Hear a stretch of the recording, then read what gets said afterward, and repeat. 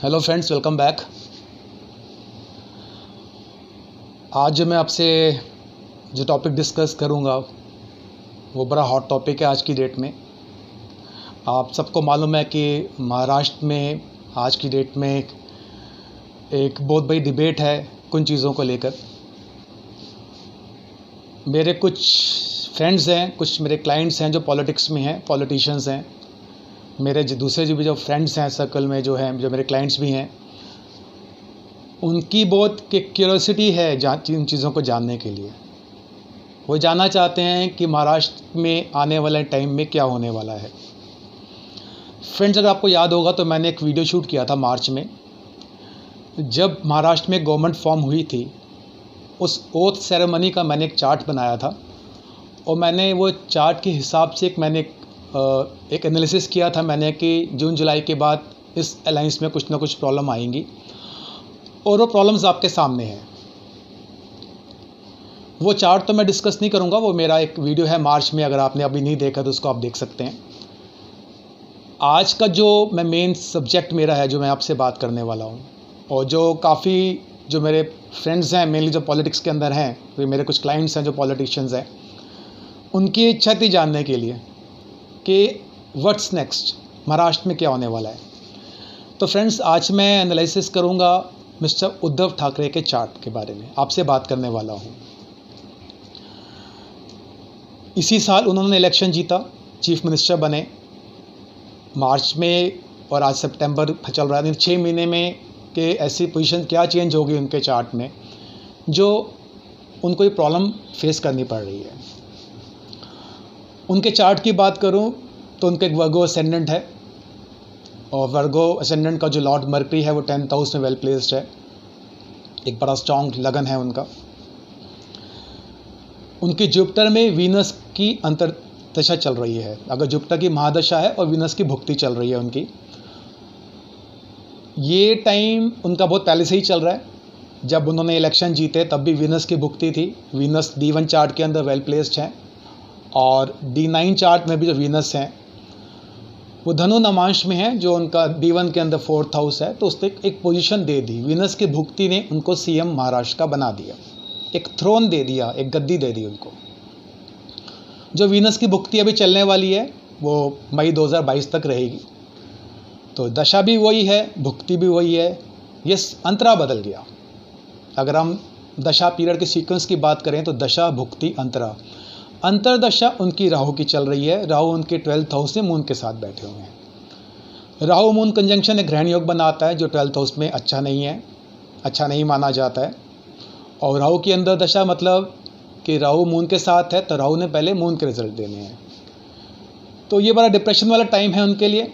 Mental anxiety का level बहुत high है, ये आप भी समझ सकते हैं। और अगर मैं एस्ट्रोलॉजी से देखूं तो उनका चार्ट भी यही बताता है कि टाइम उनके लिए मेंटल लेवल पे तो ठीक नहीं है बेसिकली। अब रनिंग दशा देखिए फ्रेंड्स, तब भी जुपिटर में वीनस थी, आज भी वही चल रही है। मगर अंतरदशा के चेंज होने से काफ़ी चीज़ें चेंज हो गई, क्योंकि राहु जो है वो स्कॉर्पियो नमांश में है। तो राहु में भी इतनी स्ट्रेंथ नहीं है कि वो कुछ अच्छे बेनिफिट रिजल्ट्स दे। राहु ने मून का रिजल्ट देना है, 12th हाउस में बैठा है मून राहु, एक ग्रहण योग भी बना दिया। तो ओवरऑल 21 ये जो टाइम चलने वाला है, ये 22 जनवरी तक का टाइम है। तो इतना मेंटल एग्जाइटी से भरा हुआ टाइम इनका रहने वाला है। इनको मैं कह सकता हूँ एक डिप्रेशन वाला टाइम है। अब फ्रेंड्स, और चार्ट में अगर मैं देखूँ तो उनके 9th हाउस से मंगल बैठा हुआ है, मार्स बैठा हुआ है। वर्गो असेंडेंट के लिए मार्स जो है वो 3rd और 8th हाउस का लॉर्ड होके 9th हाउस में प्लेस है। अच्छी प्लेसमेंट मार्स के लिए नहीं है। 9th हाउस मेरे फादर हैं, मेरा रिलीजन है, और पॉलिटिक्स भी 9th हाउस से देखी जाता है। मेरा लक भी 9th हाउस से। 8वें घर का मालिक जब 9वें घर में जाता है, यानी 8th हाउस का लॉर्ड 9th हाउस में मंगल है, एक फ्लक्चुएशन की बात करता है कि चीज़ें अनस्टेबल रहने वाली हैं पॉलिटिक्स को लेकर इनके लिए। ये तो उनके नेटल चार्ट में बैठा हुआ है, मैं जो आपको रीडिंग बता रहा हूँ। और अब ट्रांजिट में जो राहु का ट्रांजिट है उनके नेटल मार्च के ऊपर से आ गए हैं 21 सितंबर में। जो राहु जो हैं ये प्रॉब्लम और उथल पुथल करने वाले हैं 9th हाउस से रिलेटेड चीज़ों के लिए। राहु का ट्रांजिट मार्स के ऊपर इतना अच्छा नहीं है, क्योंकि मार्स की लॉर्डशिप भी इतनी अच्छी नहीं है। वो 3rd और 8th हाउस को रिप्रेजेंट कर रहे हैं। तो fluctuation in his career, fluctuation जो हम कहते हैं कि भाग्य कभी तो बहुत अच्छा साथ देता है, कभी बिल्कुल भी नहीं देता। 9th हाउस भाग्य भी है और 9th हाउस पॉलिटिक्स भी है। तो पॉलिटिक्स में भी उतार चढ़ाव तो इनकी लाइफ में रहने ही वाला है। ये मैं ट्रांजिट बेस बता रहा हूँ मैं आपको, दशा भुक्ति अंतर तो मैंने आपसे डिस्कस करा है। सेकंड जो सैटर्न का जो ट्रांजिट है वो कैप्रिकॉर्न साइन जो उनका 5th हाउस में आ गए हैं सैटर्न। 5th हाउस बच्चों का होता है। वैसे भी नेटल चार्ट में जिनका 9th हाउस है वो पाप कत्री के अंदर है, तो बेनिफिट्स ऑफ चिल्ड्रन तो बहुत कम है। इनको चिल्ड्रन से रिलेटेड प्रॉब्लम तो लाइफ में रहने वाली है और रहेंगी, क्योंकि 5th हाउस बच्चों का होता है और जो फेम का भी है वो पाप कत्री के अंदर है। सैटर्न 5th हाउस में ट्रांजिट कर रहे हैं, जो उनके 7th हाउस अलायंस का और पार्टनरशिप का है उसको भी अफ्लिक्ट कर रहा है। जुपिटर जो दशा चल रही है, जो 21 नवंबर को जुपिटर डैबलेटेड साइन यानी 5th हाउस में कैप्रिकॉर्न में आ जाएंगे, वो भी एक बहुत बड़ी प्रॉब्लम हो जाएगी इनके लिए, क्योंकि इनके चार्ट में जुपिटर जो है, जो उनकी दशा जो चल रही है, जो दशा लॉर्ड है, वो 4th और 7th हाउस की लॉर्डशिप है जुपिटर की।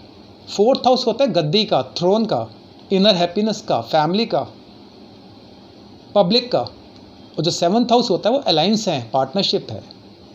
यानी इन दो हाउसेस के जो लॉर्ड जुपिटर है, जो उनकी दशा लॉर्ड भी हैं, वो डैबलेटेड हो जाएंगे। और अष्टवर्ग में भी 5th हाउस में अच्छे पॉइंट्स नहीं हैं जुपिटर के पास। नवंबर के बाद का जो 1 साल का टाइम है बहुत डिफिकल्ट टाइम रहने वाला है मिस्टर उद्धव ठाकरे के लिए। 5th हाउस में जुपिटर और सैटर्न दोनों का ट्रांजिट, यानी 5th हाउस फोकस हो गया इस टाइम यहाँ पे। 5th हाउस के रिजल्ट बड़े प्रोमिनेंट हो जाएंगे इस पर्टिकुलर टाइम में। 5th हाउस चिल्ड्रन का है, फेम का है। रिजल्ट्स फ्रॉम चिल्ड्रन में अफेक्ट होगा, बिल्कुल होगा। और 5th हाउस फेम है, फेम में कुछ ना कुछ दाग तो लग ही है, और शायद ये आने वाले टाइम में एग्रीवेट हो जाएंगी चीज़ें। दशा लॉर्ड डैबलेटेड हो जाएगा 21 नवंबर को 5th हाउस में कैप्रिकॉर्न के अंदर, जो 4th और 7th हाउस का लॉर्ड है। बहुत अच्छी बात नहीं है। मून की अंतरदशा तो खैर उनकी जनवरी तक ही रहने वाली है, 22 जनवरी। उसके बाद जुपिटर की अंतरदशा आ जाएगी। जुपिटर जो महादशा लॉर्ड है वो अंतरदशा में भी आ जाएगा। जुपिटर की प्लेसमेंट तो नवंबर में ही खराब हो जाएगी उनके। अष्टवर्ग में भी 5th हाउस में जुपिटर के अच्छे पॉइंट नहीं है भिन्नाष्टवर्ग के अंदर, और वैसे भी जुपिटर डैबलेटेड हो जाएगा। मेन जो केंद्र हाउसेज है 2 वो अफ्लिक्ट हो जाएंगे। तो ये जो रनिंग टाइम आने वाला, जो अगर मैं एनालाइज करूँ मिस्टर उद्धव ठाकरे का, ये रनिंग टाइम उनके लिए अच्छा नहीं है। राहु केतु का ट्रांजिट नेटल मार्क्स के ऊपर अच्छा नहीं है। और जो जुपिटर का ट्रांजिट जो 5th हाउस में आ जाएगा, डैबलेटेड साइन में आ जाएंगे जुपिटर, वो भी एक अच्छा टाइम नहीं है, क्योंकि इनकी रनिंग दशा, क्योंकि देखिए रनिंग दशा जो महादशा लॉर्ड है उसका ट्रांजिट आपके चार्ट में बहुत इंपॉर्टेंट है। और जुपिटर और सैटर्न तो मेन प्लैनेट्स हैं, इनके ट्रांजिट तो इम्पैक्ट डालते हैं depending about their position in your natal chart, और कहाँ की लॉर्डशिप है इन प्लैनेट्स की, और दशा चल रही है इन प्लैनेट्स की तो और इम्पैक्ट डलेगा। तो जुपिटर की तो रिंग दशा ही है इनकी। हालांकि जुपिटर इनके 4th हाउस में रेट्रोग्रेड हैं सैजिटेरियस साइन के अंदर। तो फ्रेंड्स, मेरी एनालिसिस तो पहले थी जो मैंने मार्च में दी थी कि जून जुलाई में अलायंस में प्रॉब्लम आएंगी गवर्नमेंट में, वो आपके सामने ही है। अगर आपने वीडियो नहीं देखा तो वीडियो देखिए, मैंने पहले ही ये प्रेडिक्शन दी थी, एनालिसिस दी थी। और आज मिस्टर ठाकरे के, उद्धव ठाकरे जी के चार्ट के हिसाब से मैंने बता दिया उनका रनिंग टाइम में प्रॉब्लम क्यों है और आने वाले टाइम में क्या प्रॉब्लम रहने वाली है। तो फ्रेंड्स, ये मेरे कुछ जो फ्रेंड्स हैं जो पॉलिटिक्स में हैं उनकी भी क्यूरियोसिटी थी जानने की, और भी मेरे जो कुछ फ्रेंड सर्कल में हैं जो भी जानना चाहते थे कि महाराष्ट्र के बारे में। अभी मैं आपको एनालिसिस नहीं दे रहा हूँ, मैं कोशिश करूँगा कि नेक्स्ट वीडियो में मैंने जो ओथ सेरेमनी का जो चार्ट कास्ट किया था उसके बाद देखें अब क्या स्ट्रेंथ रहने वाली है, क्या चांसेस हैं महाराष्ट्र अलायंस ब्रेक होता है कि नहीं होता है, वो मैं आने वाले वीडियोस में आपसे डिस्कस करूँगा। आज मैंने खाली मिस्टर उद्धव ठाकरे जी के चार्ट के बारे में आपसे डिस्कशन की है कि प्रेजेंट टाइम में ऐसे क्या चेंजेस आए। दशा भुक्ति वही थी, अंतरदशा बदली, ट्रांजिट चेंजेस हुए जो उनकी लाइफ में प्रॉब्लम लेकर आ गई, और आने वाले में ट्रांजिट इतने फेवरेबल नहीं है और अंतरदशा भी उनके फेवर में नहीं है। तो फ्रेंड्स, आज के लिए इतना ही। नेक्स्ट वीडियो में कोई नया टॉपिक लेके आपके सामने आऊँगा। Thank you very much, bye bye.